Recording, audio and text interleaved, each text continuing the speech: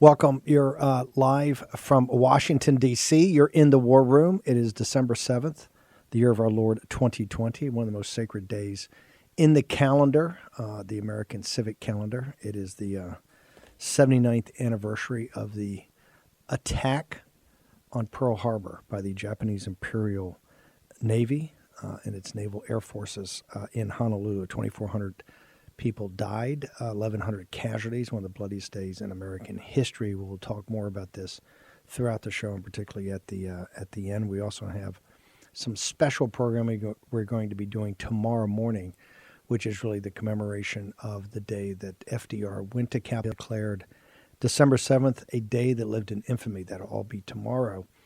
Now we're engaged in another fight, a fight to make sure that the presidential election on November 3rd of this year is not stolen. So I want to thank you on our podcast, which has now over 22 million downloads, John Frederick's Radio Network, Real America's Voice, Dish Channel 219, and Comcast Channel 113, of course, Newsmax TV, and G News, GTV, everywhere in the world. All of our distribution partners, Pluto, Roku, everything. I want to thank everybody. YouTube, Facebook, all of it. First guest, want to get to right away, got a packed show today. Want to get to Boris Epshteyn, one of the lawyers for the campaign. First off, Boris, Mayor Giuliani, he was on the show on Saturday. You know, he's a regular.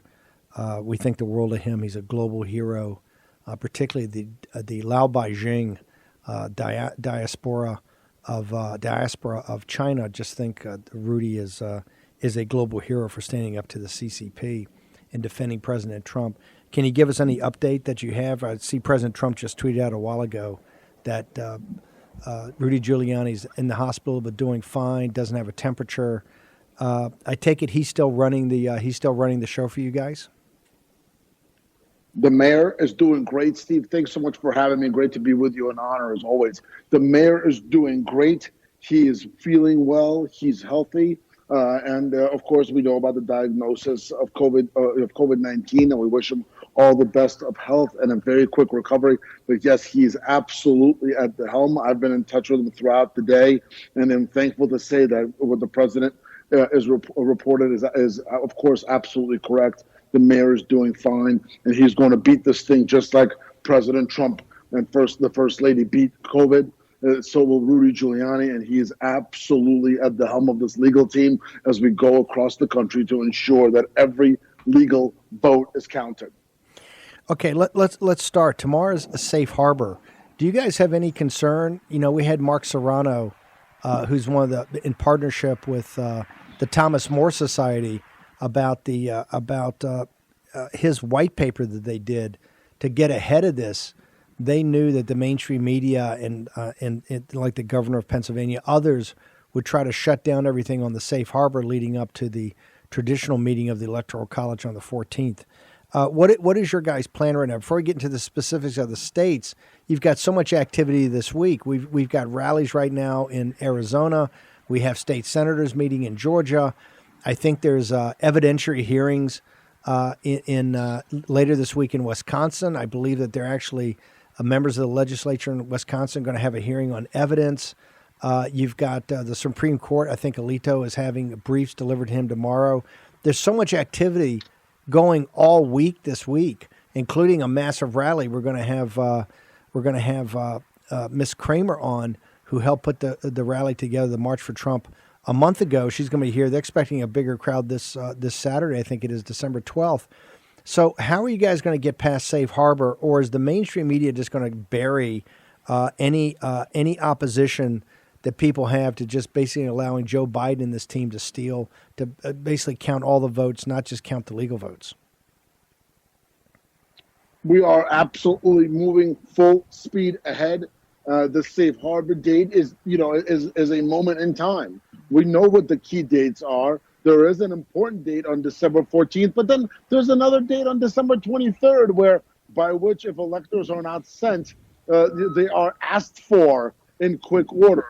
But in reality, the harder dates are coming up in January, and that's January 6th, when electors are actually counted at the joint session of the House and the Senate, and then its inauguration on January 20th. Those are the dates that are further in stone. Yes, December 14th matters to a degree, but it is not at all dispositive, to use legal language. And it is not the determinative date. Those dates are in January. So this campaign, this legal team are going to continue to work under the leadership of Rudy Giuliani, the ultimate leadership of President Trump in Georgia, Pennsylvania, Michigan, Wisconsin, Nevada, Arizona, and still looking at New Mexico to ensure that only the legal votes are counted, and to put the pressure on not just Democrat but Republican legislators, Republican elected officials in these states to do the right thing, and to send electors based on the legal votes in those states, based on the legal vote counts in those states. We're going to have Michael Patrick Leahy. He's going to follow you. He's written a brilliant piece for the Georgia Star that talks about 500,000 mail-in ballots that had absolutely no chain of custody, no chain of title whatsoever in Georgia. It's so obvious when you look at it, and the Federalist has got a great piece up. It's been summarized on Zero Hedge. It's all over, really debunking this effort to try to trash the video that shows the stealing of the votes down in Georgia. So let's start there. Both legally and with the state legislature, the president goes down there, has an incredible rally, and of course, the rally has this chant of "Fight for Trump, fight for Trump," that really silences the two Senate candidates. It's the most energy of the entire evening, but they're down in Athens today with the Senate, and they still don't have I think it's 26 signatures that they need to pass this resolution. And my understanding, the House, they're having a more difficult time. So where are you guys with the state legislatures, and where are you legally? I mean, we kind of know what Sidney Powell is doing. We know what what others are doing down there to file these independent suits. But where's the campaign right now? The election contest was filed last week.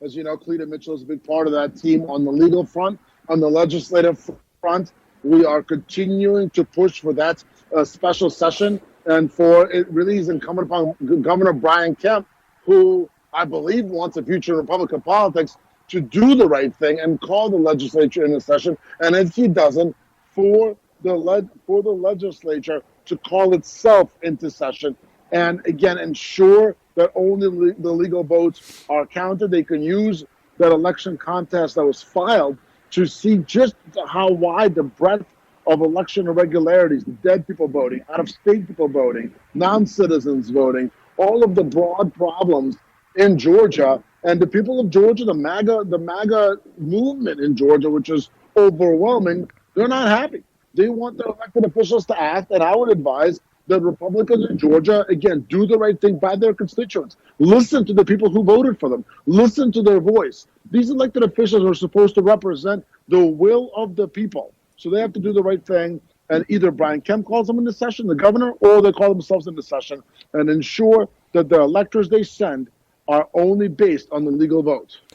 It seems to be some disconnect between everybody in the Trump movement, people that listen to this show and watch it religiously. Everybody wants a win on January 5th for the Senate to basically hold the Senate, but they're saying until you get this thing sorted with the consent, right? And I think that the special session, the whole drive of the special session was, number one, to sort out exactly what happened on the verticals of all this illegal voting that went on, that you guys have, Cleta Mitchell's done a great job of being a litany of Dominion systems, and also the lack of chain of custody, chain of title on the mail-in ballots. But the second part of that was about this consent that Stacey Abrams signed with the Republican administration that Kemp and the Secretary of State never made public. Burt Jones and Senator Beach, Senator Jones, others saying, hey, they never knew about this. So what is the disconnect between understanding, or how are we going to possibly win in January if we're still playing by Stacey Abrams' rules? We cannot play by Stacey Abrams' rules, and we cannot play by Democrat rules of it being okay to steal elections. And that's why it is absolutely vital for Republicans to come out in full force and vote for David Perdue and Leffler. That is absolutely vital. There's no question about it. But while we need to elect Kelly Loeffler and David Perdue, full stop, we also need to ensure that Democrats are prevented from continuing to steal elections, because if they're allowed to do so once, they will do so 100 times, and we will never have another fair election in this country. So this is a righteous fight It's a fight for the very soul of the Constitution of our country, which is the right of the American people to truly elect their representatives, their elected officials, and their presidents. We have to fight for that and ensure, again, that only the legal votes are counted. You spent a lot of time out in Arizona. Arizona right now, I think there's a rally going on. We're trying to see if we have assets on the ground to bring us some of the rally that's taking place in Phoenix right now. We had Representative Mark Fincham on this morning, who put on that 11 hearing in Arizona. The Board of Supervisors, I think today, are meeting in Maricopa County about the Dominion system. There's a tremendous amount of focus by the Trump movement, the campaign, the Trump supporters out there, but the establishment has it seems to have dug a line in the sand. In fact, I think it's Rusty Bowers, the Speaker of the House, essentially said we're not going to be in business because of Rudy Giuliani and the campaign brought COVID out here. Where do we stand in Arizona right now? Arizona is only 10,000 votes. If you look through the litany of illegal voting, if you look at out-of-state voting, the same verticals you've got in Georgia, this adds up to over 100,000 votes. You're only 10,000 down in Arizona, as you said. You were there every night trying to count it. Where do we actually stand in Arizona? Since this is one like Georgia, you're right on the cusp of it, but it seems like you can't push it over the goal line. Well, we have an appeal that's being filed in Georgia as we speak, and that's what was expected out of that court case. The judge signaled to us that they would have to get appealed to the Supreme Court. So that's getting filed. If that hasn't been filed already, getting filed as we speak. And that's on the terrible mistreatment of the duplicate ballots and electronic adjudication ballots over there in Arizona. And most of it in Maricopa County, which is the one place where Dominion is used as well, by the way. So we're exhausting our legal options, and legislatively, you're right. I mean, Rusty Bowers, the Speaker of the House, Karen Fann, the Senate President pro tempore, they seem to be trying to put their heads in the sand. It is incumbent upon their constituents to make it loud and clear that will not be accepted. That the Republican elected officials cannot use COVID as an excuse to not ensure that the legal votes were counted, that they need to stand strong and stand tall, and anything else will not be accepted by the constituents. What else? What other pressure? We got about 30 seconds of this. We're asking you to stay over to the next segment. But what other pressure can be brought to bear on someone like Ducey, who seems to have gone out of his way to kind of thwart the counting of only legal ballots in Arizona? You've got to make it loud and clear on Twitter, on every social media outlet. You got to call the governor's office. Those of you who are in Arizona and across the country, because I believe Governor Ducey's got some aspirations, make it crystal clear to him that if he does not stand for fair elections, he does not stand a chance in this Republican Party. Boris, Epshteyn, we ask you to stay over. Short commercial break. We're going to be back and go through the other states. Stephen K. Bannon, War Room. We're going to have Michael Patrick Leahy about the lack of chain of custody of ballots in Georgia. Liz Yore is going to join us from Chicago.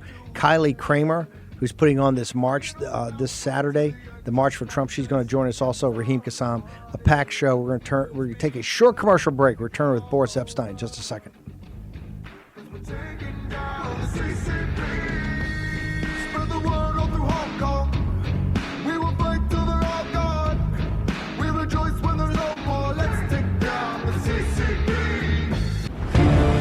War Room Pandemic with Stephen K. Bannon. The epidemic is a demon, and we cannot let this demon hide. War Room Pandemic. Here's your host, Stephen K. Bannon. Welcome back. You're live in Capitol Hill. This is the War Room, December 7th, the year of our Lord 2020. Boris Epshteyn from the campaign's legal team is with us. Boris, let's go to Wisconsin. Give us an update. Wisconsin is a state where, under black letter Wisconsin law and their constitution, there's over 220,000 ballots which were cast illegally in the state of Wisconsin, specifically Milwaukee and Dane counties. There's going to be a court hearing on Thursday. As you remember, there was a decision by the Wisconsin Supreme Court, which was actually positive for the Trump campaign and President Trump, where they laid out what can be done in the lower courts, and just said, do not stay up in the Supreme Court right now. Go to the lower courts and work your way up. So that's what's being done as we speak. Great lawyers. Jim Troop is there on the ground. He's put out a couple of statements on this.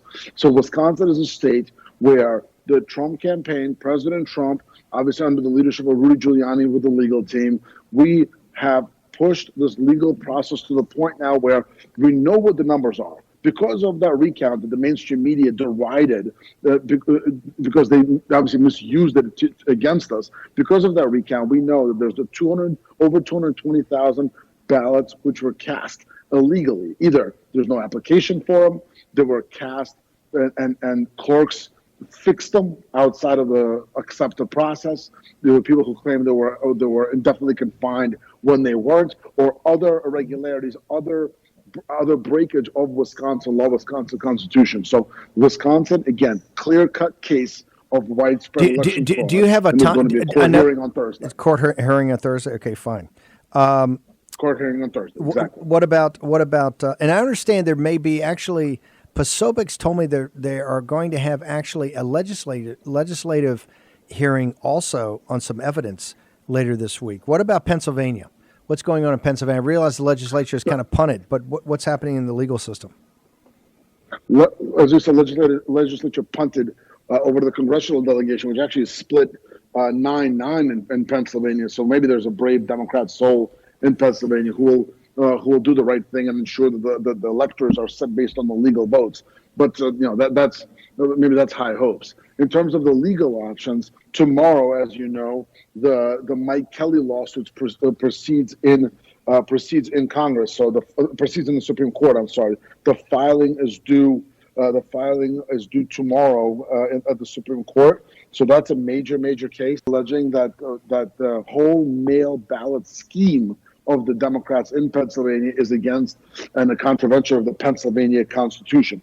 Very important case. And the response is requested by Justice Alito tomorrow, Tuesday, December 8th, by 9 a.m. And that was an update as of the 6th of December. So as of Saturday.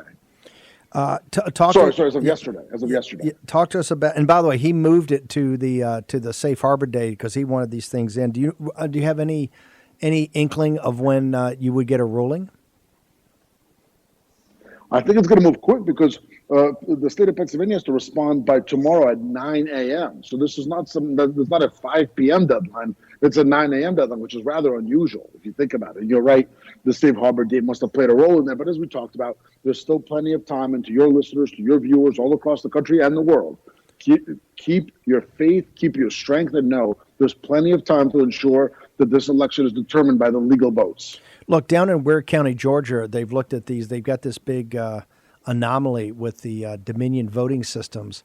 In Antrim County, Michigan, you've got a team that's in there, your top cyber team that's been in there since Sunday morning at 9 a.m. Can you give us any update in Michigan about what's actually going on? Because we had news today on the morning show that said, hey, they're actually finding some things. They don't want to get ahead of it, but they think they're finding some things in this Dominion voting system. Can you give us any update? I'm not going to get ahead of the findings, but from what I understand is the results are likely to be exactly what we expected. With obviously in Antrim County where 6,000 votes were switched from President Trump to Vice President Joe Biden. So from what I understand, the results are what's expected. I don't want to get ahead of it and don't want to report on it until it's true and done and factual. Yeah, Steve Gruber had some great reporting on that. Once again, in Nevada, you actually got a court order about the Dominion voting systems. Brian Kennedy led a team of your cyber guys, Colonel Waldron, and they got stiffed out there. They're still fighting in court. Do you have any update at all in Nevada, both on the legal system and what's happening in the Dominion voting system analysis? In terms of the legal process, Jesse Bannon, who's a total fighter, he's part of the General Flynn legal team as well. He's working on the appeal there, and that's going to move its way through the courts. And in terms of Dominion, as you mentioned, it's absolutely vital to respect the court order to be able to inspect that Dominion machine and get to the bottom of what really happened with Dominion. That's what Americans all across the country want to know. And the people in the media who, again, are trying to be negative about that issue and throw it out of the window. Well, you know what? You know what's an easy way to dismiss an issue? Get to the bottom of it, study it, and determine whether there's something there. Boris, before we let you go, our watchword here has been one falls. The first one falls, they all fall. You just need one to fall first. Between Wisconsin, Georgia, Arizona, Pennsylvania, if you had to pick right now where the center of gravity of people's focus should be, since there's so many fights going on across the country, where would you draw people's attention to focus the most? Be focused on Georgia, be focused on Wisconsin, be focused on Arizona, on Michigan, where there's going to be, I believe, another hearing this week, on Nevada. Don't take your eyes off Pennsylvania. Focus on all these states. The fight continues, and it's a righteous fight for the soul of our Constitution to make sure that elections are determined only by the legal votes. Boris, I know Mayor Giuliani is very appreciative of a lot of the slack since he's been in the hospital since yesterday, but our prayers are with Mayor Giuliani and your team right there. You guys are fighting hard. Boris Epshteyn, how do people get you on social media in addition to the Gram? Okay, well, first of all, thank you for the kind words. And the mayor appreciates all the outpouring of love and support. And it just shows just how inclusive and just how loving MAGA world is. You've seen it from the president on down, wishing Mayor Rudy Giuliani all the best, and he will be fine. Instagram, Boris_Epshteyn, Boris_EPSHTEYN on the gram. Twitter, @BorisEP. I'm always tweeting away. And Parler, the one and only, @Boris. Follow me on all three. I'm putting out a lot of information, and let's go get this thing done right. Boris, I take it there's a lot more surprises that are going to come out in the next couple of days, so we'll look forward to having you back. Always enjoy being with you. Thank you so much. Thanks to your viewers and listeners. For the viewing audience out there, I think the campaign legal staff and their strategy section over there has a couple more very important cards up their sleeves. So it's a lot to be fought through here. Don't think that the safe harbor tomorrow is going to shut these guys down. It's going to be far from it. Okay, I want to go now to Michael Patrick Leahy, who's just launched the Georgia Star with John Fredericks. Leahy, this story this morning, you've got to take a second to walk people through it because their heads are going to blow up. I think the 1.3 million mail-in votes, this whole mail-in vote scam, right, which was purposely done, the scam, not the COVID, but the COVID was purposely done by the Chinese Communist Party. There's no doubt about that, by CCP. But this whole vote scam, this mail-in vote scam by the Democrats and the progressive left, I think there's 1.3 million mail-in votes in Georgia, which are many orders of magnitude higher than they've ever had. You've got an article, and I want you to walk the audience through here. 500,000 ballots in Georgia literally have no chain of custody? Yeah, as of this moment, 500,000 ballots, drop-box ballots, absentee ballots that were placed in drop boxes do not have a chain of custody. And we've looked at this. We asked the Secretary of State's office in Georgia how many of those 1.3 million absentee ballots out of 5 million cast, how many of those were deposited in drop boxes and then delivered to the local election officials, and how many came by mail? They had no idea. They said, contact the counties. Okay, well, there's 159 counties.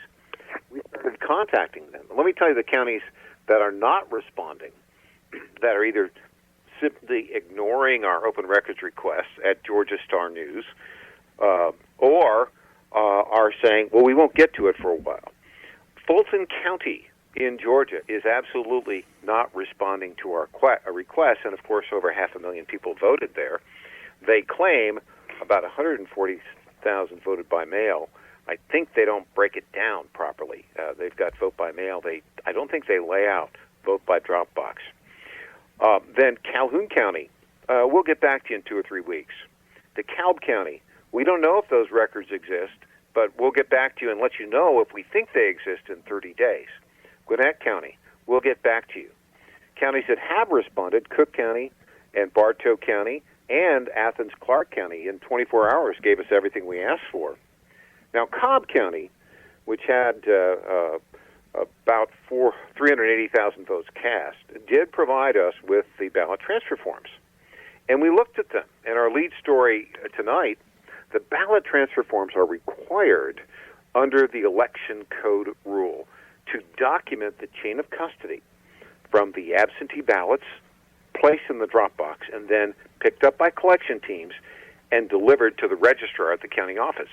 There's about 300 around the state. There were 16 in Cobb County. Well, the emergency election code rule is very clear about how they should be transported and when. Quote, the ballots from the drop box shall be immediately transported to the county registrar and processed and stored in the same manner as absentee ballots returned by mail are processed and stored.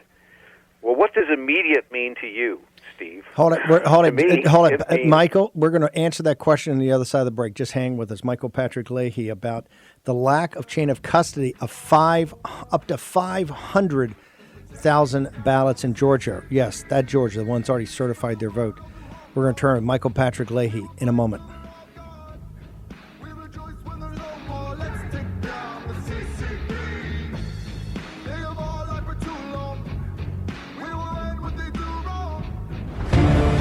War Room Pandemic with Stephen K. Bannon. The epidemic is a demon, and we cannot let this demon hide. War Room Pandemic. Here's your host, Stephen K. Bannon. Welcome back to War Room. I'm going to go right to Michael Patrick Leahy. So what's the answer? Immediate, I would think, would mean immediate. I take it in Georgia, it means at least for without this. delay or intervention. And of these 89,000 absentee ballots put in drop boxes in Cobb County, it looks like virtually none of them were immediately delivered. Many of them took an hour and a half to 7 hours from the pickup to delivery. About 1,800 were delivered the next day, and about several hundred were delivered 2 or 3 days later. That's not a chain of custody. So this is all throughout the state. How could they certify, before I let you go, Michael Patrick Leahy, how could they possibly have certified this vote, given that there's 500,000, up to 500,000 of these mail-in votes that are questionable in chain of custody? How could they have done that? Well, we've documented 89,000. There's probably another 500,000 out there that we don't have any chain of custody, nothing on. There's no way they could have certified it, Steve, because they don't know what the chain of custody is on these 500,000. Well, then why every time I look around there on MSNBC or CNN smirking, saying that this thing is certified. This thing is certified, and this thing is certified, and that the election's over. I don't think they're interested in finding out the truth, as we are. Okay, Michael Patrick, hey, the Georgia Star. Thank you very much for joining us. I appreciate it. Thanks, Steve. Okay, and now I want to bring in John Fredericks. John Fredericks of John Frederick Radio Network, also the founder of the co-founder with Michael Patrick Leahy of the Georgia Star. I see that the President of the United States has just retweeted. Is it Senator Beach? No, Senator Burt Jones's Patriot call to action. Mr. John Frederick. Okay, we lost John Frederick. He called in. Let's go to, I tell you, we're going to get John Frederick. He's got a breaking news update from Georgia. We're going to get John Frederick in here in a second. Want to go now to Liz Yore. Liz, this whole thing gets down to be the nationalists versus the globalists. And I think you're seeing in the political parties, people say, well, you got Republicans and you have Democrats. No.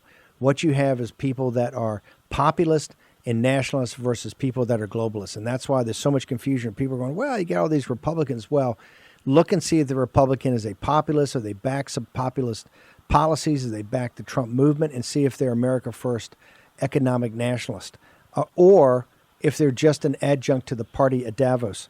One of the bravest individuals in the world is a Catholic archbishop from Italy that's really calling out the global elite. And he's particularly focused on the Catholic Church and their deals with China and the CCP, their deals with Davos, really their anti-Trump focus of the head of the Catholic Church. Can you walk us through? We're going to get John Frederick back here in a minute, but can you walk us through what Archbishop Vigano is telling? Is right now, he sent another letter. It's up on LifeSite News right now, and it's absolutely explosive. It is, Steve. It's a blistering and unrelenting, almost near weekly condemnation of Pope Francis, who Vigano is now calling the Argentine. And he is calling out Francis and his cabal in the Vatican, and he is calling them the complacent servants of the globalist elite who want to establish the kingdom of Satan. So if anybody has any doubt that this is a spiritual battle, and also Vigano is saying, under Francis's leadership, Christ the King has been uncrowned. But this is where it's relevant to the election fraud, because Vigano is sounding the alarm that the father of lies is at work both in the church and in this election. And he said the deep state in 2013 struck at the church with the intention of electing a pope for the deep church. And then the deep church struck at our country with the intention of electing a representative of the deep state, Joe Biden. And on closer inspection, Vigano is saying that the pandemic and the electoral fraud in the United States are similar to the lies and corruption of the Ted McCarrick case and in what is happening in the church. And I think what prompted his response is that the Pope is basically de-Christianizing Christmas, shutting down the churches. He's also been called by our mutual enemy, Klaus Schwab, as the Pope is being called as the agenda contributor. And you probably saw that the Pope had tweeted out what he called a striking and wonderful description using Joe Biden's description of building back better, that slogan. So you see the infusion of the deep church into this deep state. And this is my warning, and I think Vigano's warning to Americans and to Catholics. If we don't resist, we're going to see our church, as we've seen, in a free fall, and now we're going to see our country in a free fall. And as Vigano warns, we cannot allow the father of lies, the deep state, and the deep church to steal the crown and scepter of Christ the King. And the battle, this is a spiritual battle. We're battling the father of lies, so we need to double down, not get depressed, keep fighting, and resist with all our might, because the forces have all come together, both the Davos crowd and the Vatican, both China, Davos, and the Vatican coming together to impose the global dominion on the United States. That's what's going on here. And Vigano is I call him the oracle of Christianity. And he's speaking truth to power and giving us the spiritual roadmap, actually, of what is happening day in and day out. And we're going to see him from time to time, probably weekly, if not more, really caution us as to what is happening and how we need to resist. So this is so stunning, but I want for their audience to basically walk through who Archbishop Vigano is. He's just not some guy who's angry, yelling over his lunch pail. Walk through his bona fides, because this is one of the most prominent thinkers in the church, one of the most prominent, really, he was a senior representative here in the United States for many, many years, highly respected throughout the world, particularly highly respected at the highest levels here in the United States. Walk through who he is, so people can then see how stunning. And he started by sending these letters to President Trump privately, and then started publishing them since, I think, the spring, since April. But walk through who this guy is right now, so people that particularly are not Catholics understand what a big moment this is. Well, he has a unique position, Steve, because he was the ambassador to the United States on behalf of the Vatican. So he not only understands church politics, but he understands American politics and understands all the players here in the United States. He understands, having lived for 6 years in Washington, D.C., he understands the deep state. And when Francis assumed the position of Pope, Vigano was removed from that position and basically cast out of the church. He is now in hiding because he has called out Pope Francis and really exposed the McCarrick case and exposed the protection by this Pope of serial predators in the Catholic Church. And as a result, he has been unrelenting in trying to clean up not only the corruption in the church, but the corruption in politics and the corruption in global politics. So he's a whistleblower, first and foremost. He is, I think, a visionary who understands the political and the spiritual world innately. But he also is going to take on the mantle of being the leader during this battle of good and evil, this apocalyptic battle that we find ourselves in. He is going to speak truth to power. He is uniquely in the position of knowing everything that's happening. He's not just a spiritual leader, but he also understands politics better than anybody. And he was on the inside and watched it all happen and watched it all play out and saw the close relationship of the predator McCarrick with Joe Biden over some 30 years. Their close personal relationship. And the CCP. Liz, what's your Twitter handle, Parler, etc.? People get more access to you. Elizabeth Yore, Y-O-R-E, at Parler and at Twitter. And my website is yorechildren.com. We're going to drill down this letter a lot more in the next couple of days. Liz Yore, thank you very much for joining us. I want to go now to my co-host, Raheem Kassam, also host of the National Pulse at 3 o'clock. Raheem, there's so much breaking news today on about exactly where we're going. We got Vigano, but give us your perspective on where we are right now. Yeah, look, I mean, there are good weeks, and there have been good weeks, and there have been medium weeks, and there have been bad weeks. And so far, this week is shaping up to be a medium week, I think. I spoke with some of the guys from the Amistad Project and the Thomas More Society earlier on at 3 p.m., talking to us about their white paper about the safe harbor deadline, and specifically as it regards moving that deadline, how applicable it is, how constitutional it is. They've got a new case being filed early tomorrow morning saying, hey, actually, in cases of fraud in contested states, the safe harbor deadline does not exist and should not apply. They are appealing for that deadline to be moved to January the 19th as a special case for this election only, as it stands so far. They're not attempting to apply this for any future elections currently, or have court set precedent in that regard. They're simply saying this. There are lots of avenues which haven't been pursued yet. There are lots of courts which haven't heard the cases that they should have heard yet. There's lots of discovery to be had that hasn't been had yet, and new evidence comes to light every single day. We all know that to be the case. We watch it in real time. So we'll see tomorrow morning when they file in the District of Columbia, which isn't exactly going to be a friendly case for them, if they can manage to eke something out of that. Given the timing, even if we get this pushed back, can we afford to have medium weeks? Doesn't every week right now have to be a winner that you have to overcome? We're going to have John Fredericks on right after you to talk about breaking news in Georgia, particularly the president just retweeted Burt Jones's call to action down there. But do we have the luxury of having medium weeks, or do we have to drop the hammer at every aspect and just push this as hard as possible?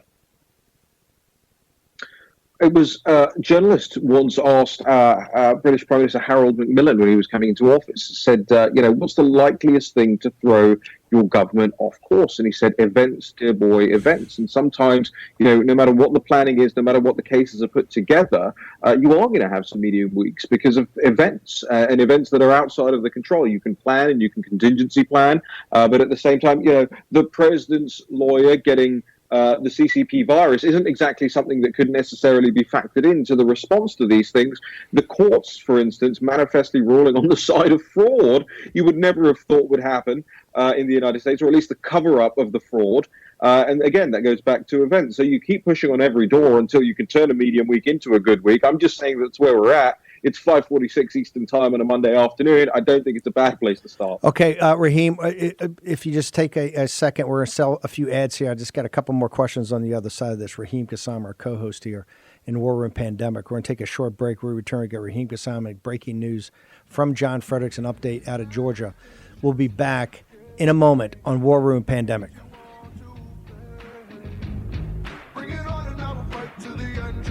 It's all started, everything's begun, and you are over.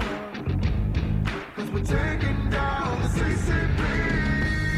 Spread the word all through Hong Kong. We will fight till they're all gone. We rejoice when there's no more. Let's take down the CCP. War Room Pandemic with Stephen K. Bannon. The epidemic is a demon, and we cannot let this demon hide. War Room Pandemic. Here's your host, Stephen K. Bannon. Raheem, as Mark Serrano and the team over at Proactive Communications, working with the Thomas More Society, predicted that starting tomorrow, the mainstream media is just going to be piling on the Trump movement, the Trump supporters, people that voted for President Trump, the president himself, his entire team, that safe harbors here. And, as these states certify, the game's over. What would you recommend to them? How do you push back on that? Well, there's two ways to think about this. Number one is just to keep plowing forward and let the media continue to do what it has been doing since November the 4th, which is claiming incorrectly that Joe Biden is necessarily the president-elect. The other way is you commit resources to pushing back. What does pushing back precisely get you? Look, I think you look at the recent Quinnipiac poll that came out, I think earlier today. It shows a plurality of Americans believe that the media has not heard out the fraud cases and not tried to get into the back of them, not tried to understand them, not tried to expose them.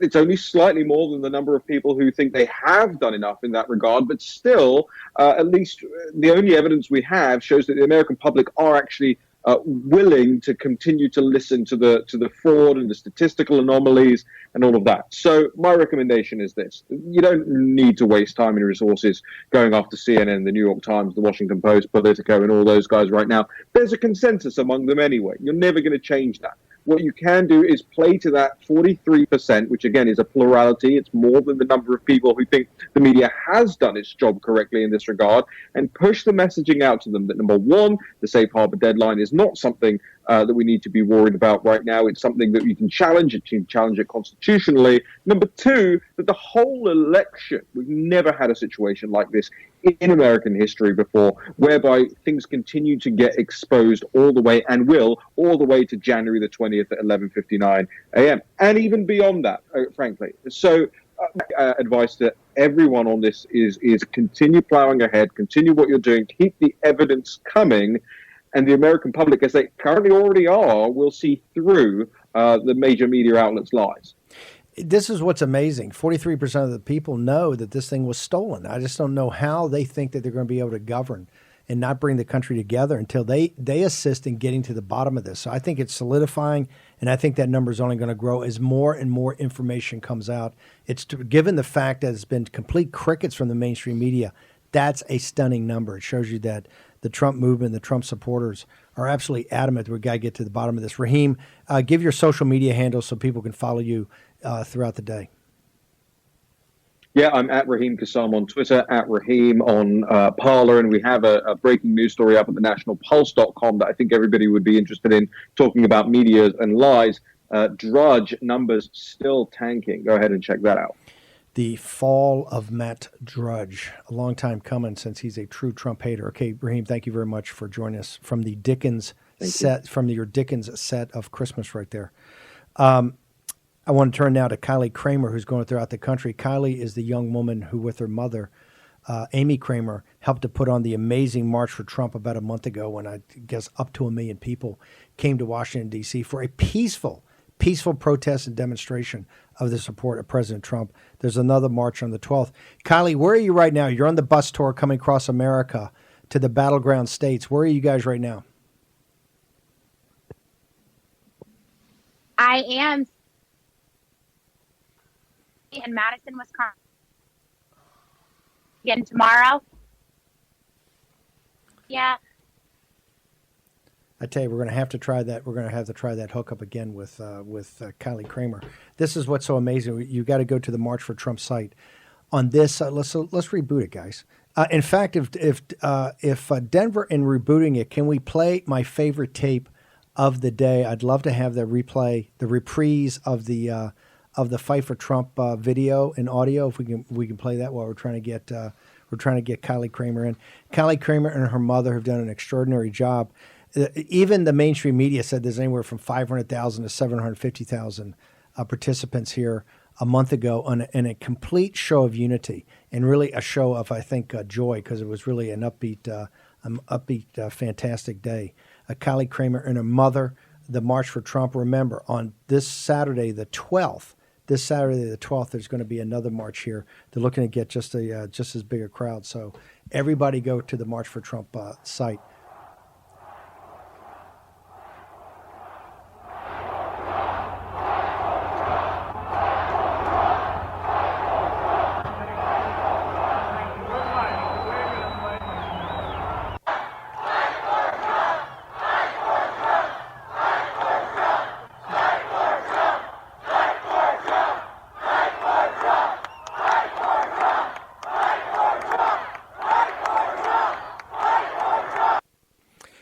That shows you on Saturday night where people's heads are. Remember, if you want to win a landslide victory on January 5th, you got to take care of business now. Fight for Trump. It was really the most electrifying part of that rally that President Trump had. I think we got Kylie Kremer back up. We'll try it again. Obviously, traveling across country, sometimes the technology gets a little tough to hook in.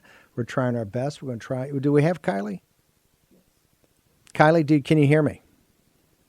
I'm here, Steve. Can you hear me? Yeah, I can. Why don't you? I can't. Yeah, we're running out of time. We only got a minute left. Can you walk people through how to get to the site with for the march this Saturday? TrumpMarch.com. We will be in Washington, D.C. at Freedom Plaza at 12 noon. It's going to be a historic event. There's going to be so many amazing speakers that will be announced in 2 days at TrumpMarch.com. And come out and support the president. Well, we're not stopping until every legal ballot cast is. Okay, we will try this tomorrow, Kylie. When you travel across country, we know it's tough.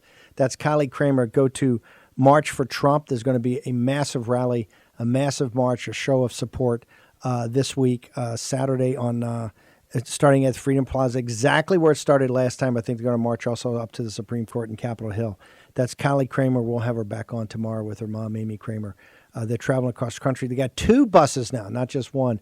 And we are the proud sponsor, one of the proud sponsors, along with Mike Lindell and the MyPillow.com and some other great companies that are out there supporting this bus tour across America to rally troops and to rally everybody to come this Saturday.